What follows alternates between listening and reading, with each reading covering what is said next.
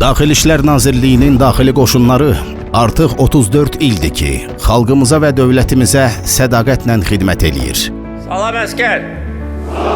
Bu illər ərzində şəxsi heyət üzərinə düşən vəzifələri məsuliyyət, intizam və peşəkarlıqla yerinə yetirərək, ictimai asayişin və sabitliyin qorunmasına mühüm töhfələr verib. Yarandığı gündən etibarən daxili qoşunlar ölkəmizin sabitliyi və vətəndaşların rifahı naminə əzmkarlıq nümayiş etdirib. Qoşunlara göstərilən diqqət və qayğı nəticəsində onun inkişaf və yüksəliş yolunun möhkəm təməli qoyulub. Xüsusilə ümummilli lider Heydər Əliyevin rəhbərliyi dövründə daxili qoşunlar müasir maddi-texniki baza və yüksək döyüş hazırlığına malik çevik hərbi quruma çevrilib. Ulu Öndərin 1995-ci il 9 mart tarixli fərmanına əsasən 12 mart Daxili Qoşunlar Günü kimi təsis edilib.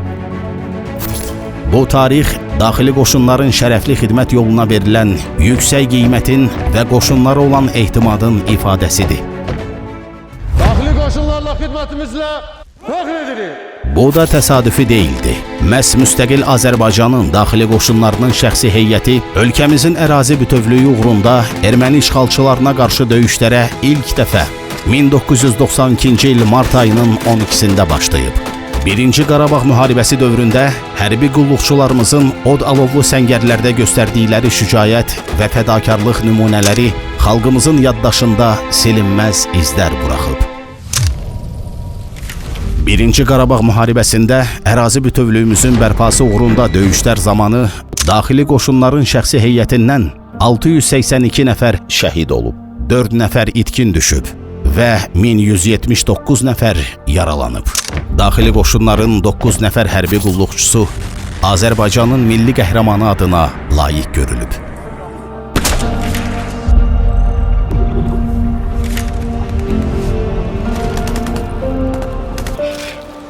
1-ci Qarabağ müharibəsi başa çatdıqdan sonra isə uzun müddətli atəşkəs dövründə qoşunların xidməti fəaliyyəti ictimai qaydanın və təhlükəsizliyin təmin olunmasına, silahlı cinayətkarın zərərsizləşdirilməsinə, kütləvi tədbirlər zamanı asayişin qorunmasına yönəlib. Qabaqcıl təcrübə öyrənilərək xarici ölkələrin müvafiq qurumları ilə hərbi əməkdaşlıq əlaqələri genişləndirilib. Şəxsi heyətin peşə hazırlığının artırılması istiqamətində ardıcıl tədbirlər həyata keçirilib. Müasir dövrün çağırış və təhdidlərinə uyğun islahatlar aparılıb. Daxili qoşunların tərkibində hərbi institut, təlim mərkəzləri, helikopter eskadrilyası yaradılıb. Prezident, silahlı qüvvələrin müzəffər Ali Baş Komandanı İlham Əliyevin ali diqqət və qayğısı nəticəsində daxili qoşunların fəaliyyəti daha da təkmilləşdirilib. Döyüş qabiliyyəti möhkəmləndirilib, infrastruktur yenilənib, müasir silah və texnika ilə təchizat gücləndirilib. Şəxsi heyətin xidmət və məişət şəraiti, eləcə də sosial rifahı əhəmiyyətli dərəcədə yaxşılaşdırılıb. Bu illər ərzində hərbi qulluqçuların təlim və məşğələlərdə yüksək döyüş hazırlığına yiyələnməsi, qazanılan hərtərəfli təcrübə, torpaqlarımızın işğaldan azad olunması kimi müqəddəs missiyanın yerinə yetirilməsində mühüm rol oynayıb. 44 günlük vətən müharibəsi zamanı daxili qoşunların hərbi qulluqçuları şərəfli döyüş ənənələrinə sadiq qalaraq erməni işğalçıları üzərində böyük qələbənin qazanılmasına layiqli töhfələr veriblər. Düşmənə qarşı igidliklə vuruşaraq torpaqlarımızın azad olunması üzrə döyüş tapşırıqlarını öz canı və qanı bahasına yerinə yetiriblər. Vətən müharibəsində daxili qoşunların şəxsi heyətindən 66 nəfər şəhid olub, 346 nəfər isə yaralanıb.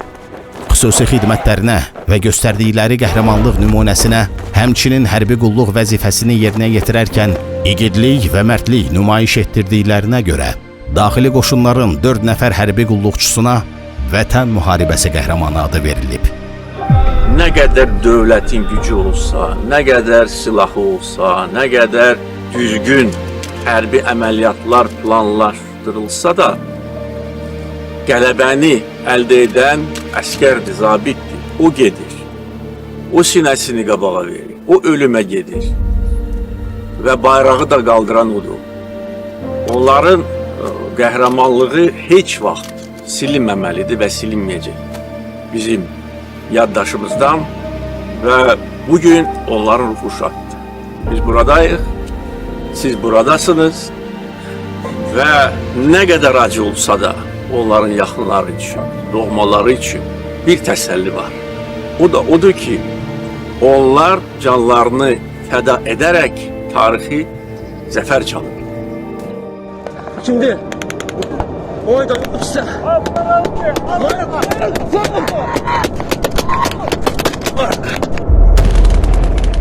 2023-cü il sentyabrın 19-u 20-sində Azərbaycan Respublikasının Qarabağ İqtisadi Zonasında silahlı qüvvələrimizin, o cümlədən Daxili İşlər Nazirliyinin daxili qoşunlarının həyata keçirdiyi lokal xarakterli antiterror tədbirləri zamanı qarşıya qoyulan vəzifələr qısa müddətdə və dəqiqliklə icra olunub. Daxili qoşunların şəxsi heyəti tapşırıqları yüksək peşəkarlıq, dəqiq koordinasiya və qətiyyətlə icra edərək üzərinə düşən vəzifələri uğurla yerinə yetirib. Məhz illər boyu formalaşmış döyüş hazırlığı, intizam və əməliyyat təcrübəsi bu tədbirlərin qısa müddətdə və effektiv şəkildə başa çatdırılmasını təmin edib. Nəticədə bölgədə separatizmə son qoyulub.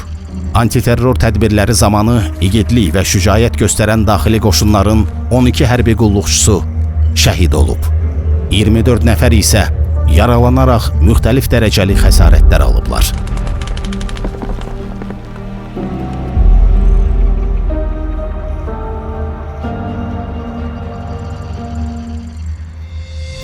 Bugün də hərbi qulluqçularımız Qarabağ və Şərqi Zəngəzurda polis əməkdaşları ilə birgə xidməti tapşırıqların öhdəsindən bacarıqla gəlirlər.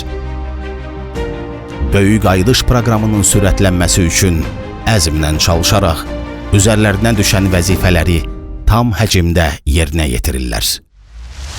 34 il ərzində formalaşan zəngin xidməti təcrübəsi, möhkəm nizam-intizam, yüksək döyüş hazırlığı və vətənə sarsılmaz bağlılıq bugün də daxili qoşunların fəaliyyətinin əsas dayağını təşkil edir.